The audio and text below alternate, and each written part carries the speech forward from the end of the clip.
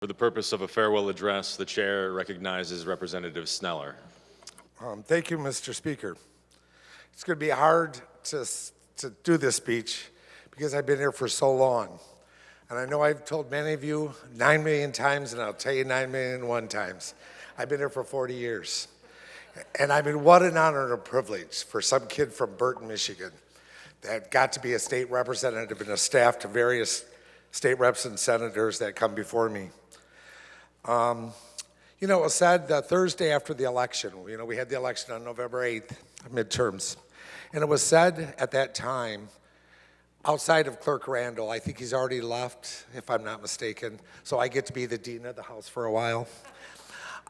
It was said that no one here was here the last time the Democrats controlled the entire state legislature. And I sort of said, I'm over here. I was here. I started here in January of 1983. I've been here for 40 years almost. For some of you, I've been here longer. I've walked the halls of the Capitol longer than you've walked the earth. But it was a great experience because I've worked with some great people. The Thursday after the election, I was honored to give the invocation. And some of the things I said in that I want to talk about a little bit today. And in that invocation, I quoted Abraham Lincoln, our 16th president, because he was a very wise man. And he was also serving at a time that we can find ourselves in today. A very divided country, a very spiteful country. But these words stick in my mind, and I'm going to issue this to those returning members, those colleagues of mine, John Cherry, Sarah, Darren, others that are going to be going on to the Senate. Because these words will live long, long after we're gone, because they certainly lived long after he was gone. And it said, we will not always see eye to eye or agree with those sitting next to us, but we must respect and appreciate that we are in this chamber to serve the needs of those who got us here and those who elected us. And while we stand in this chamber, where so many have come before us, let us work together to serve the great people of this great state of Michigan.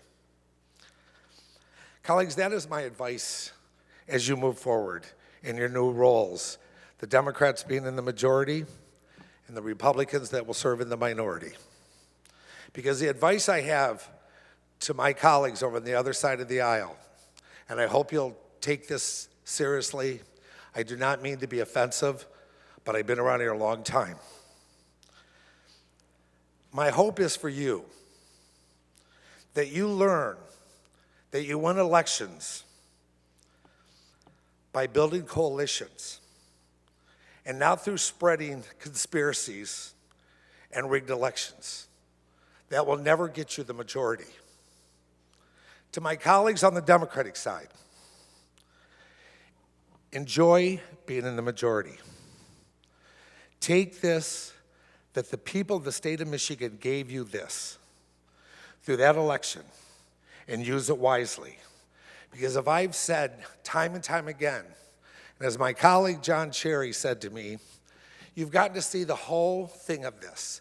I came here in '83, the Democrats were in the majority, we controlled the Senate. By the end of 1983, early 1994, and I'll give Jeff McAlvey the credit for it because he pointed that out to me, 1994, we lost the Senate. And it was asked right after the election, what was it like to be in the majority and control all of state government? And I said, the only analogy I could give you is I felt like Moses, that I was in this desert for 40 years, and I just got out of it. So please, as I've said, when we took control in 2006, the pendulum will swing back. We don't know when, but it will. I guarantee you that. And it could swing back again. We'd never know. But there are a few things I would like to say thank you to before I leave this place. First of all, I'd be remiss if I didn't thank our wonderful clerks, our wonderful policy staff on the Democratic side, our DemCom. One I would like to single out is Thomas Collins, who guided me through the transportation, was my policy guy. We talked every Monday and I'll get to Chairman O'Malley in just a second, because we talked every Monday.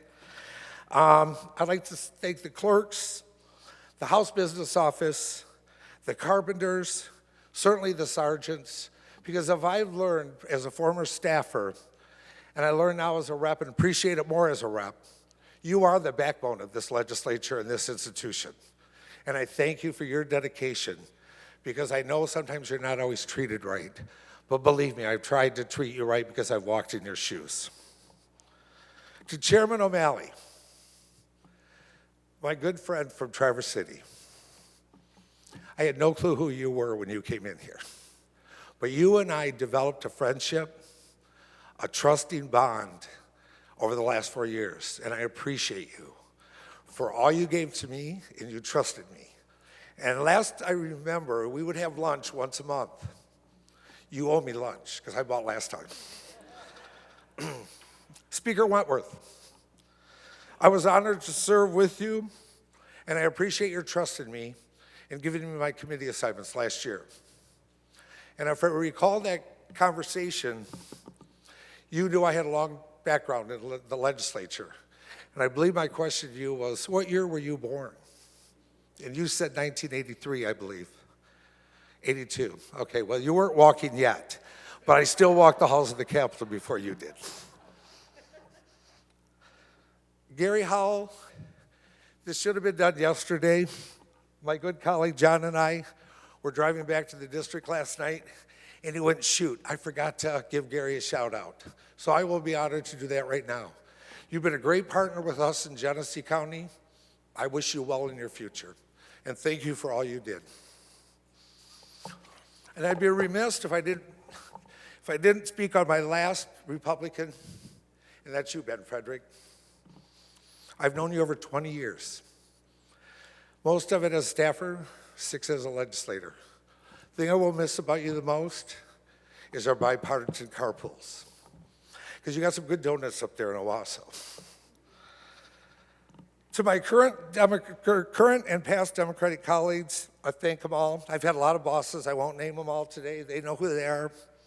But they gave me a lot of insight into being a good, effective legislator, which I hope I was doing that. But now I want to highlight a good friend of mine. He was 2 years old when I met him. And it's my seatmate, John Cherry. I've worked for his dad, as many of you know, for 16 years in the Senate. And John was 2 years old when I met him. And when he sat next to me this term, I thought, where the hell did those 35 years go? You've been a great inspiration to me, John.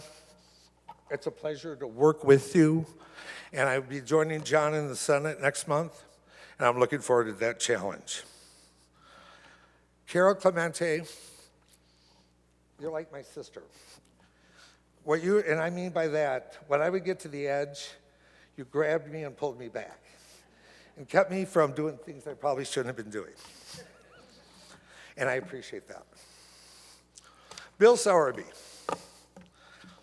your friendship and working relationship with me has been wonderful. We're the same age.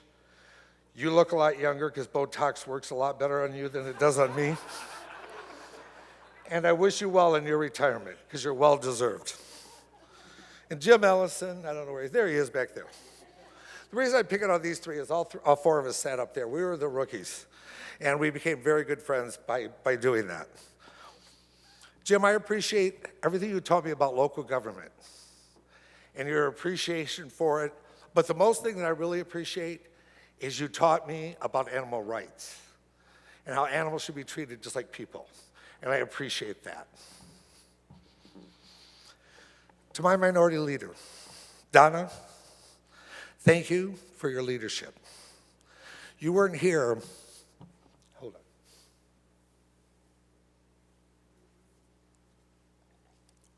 You weren't here in 2006. I was a staffer.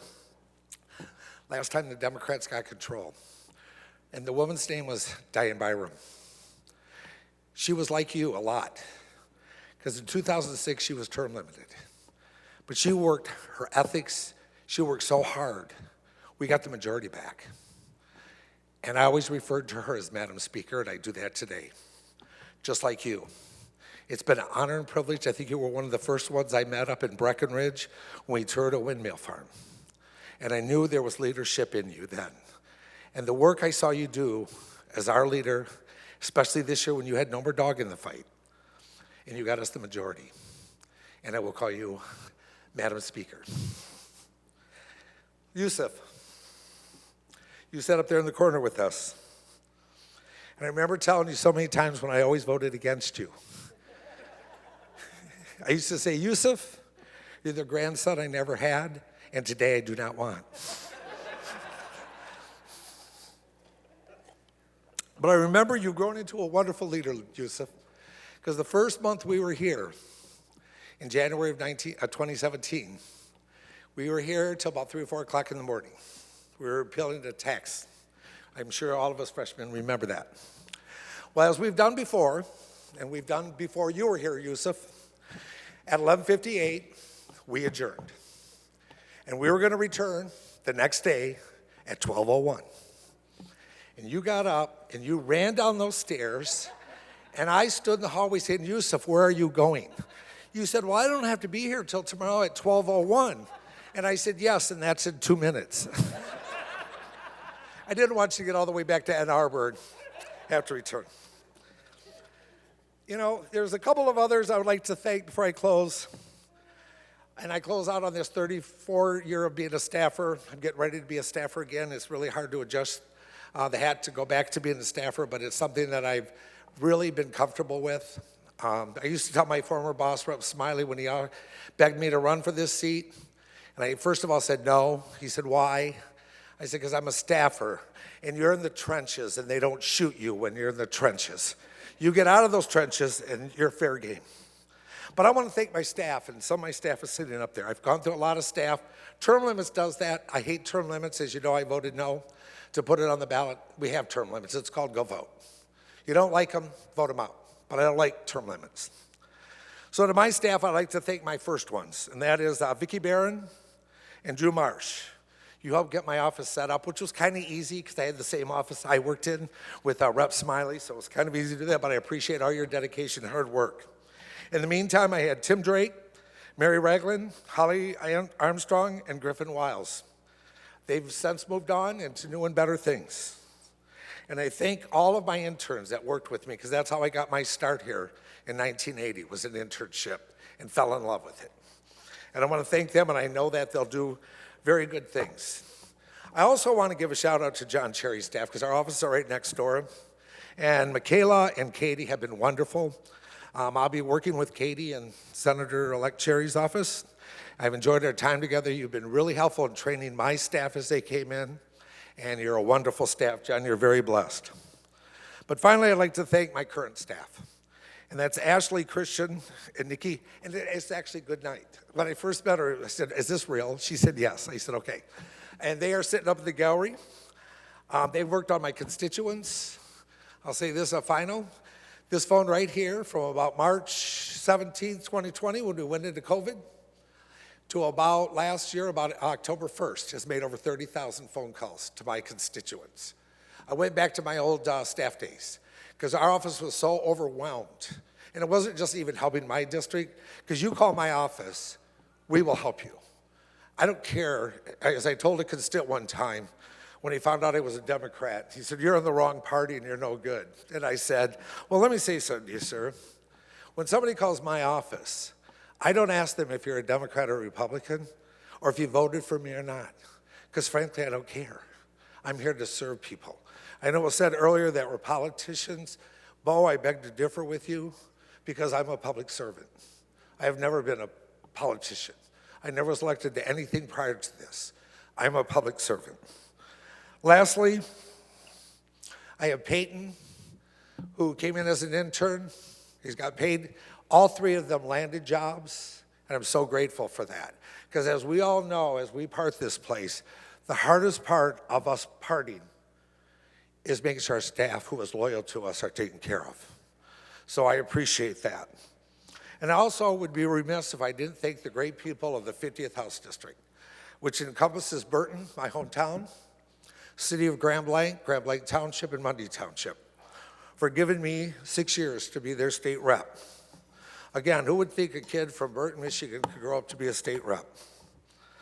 I enjoyed having coffee hours. Just as recently as October 28th, I had my final coffee hours. I had 3 of them that day.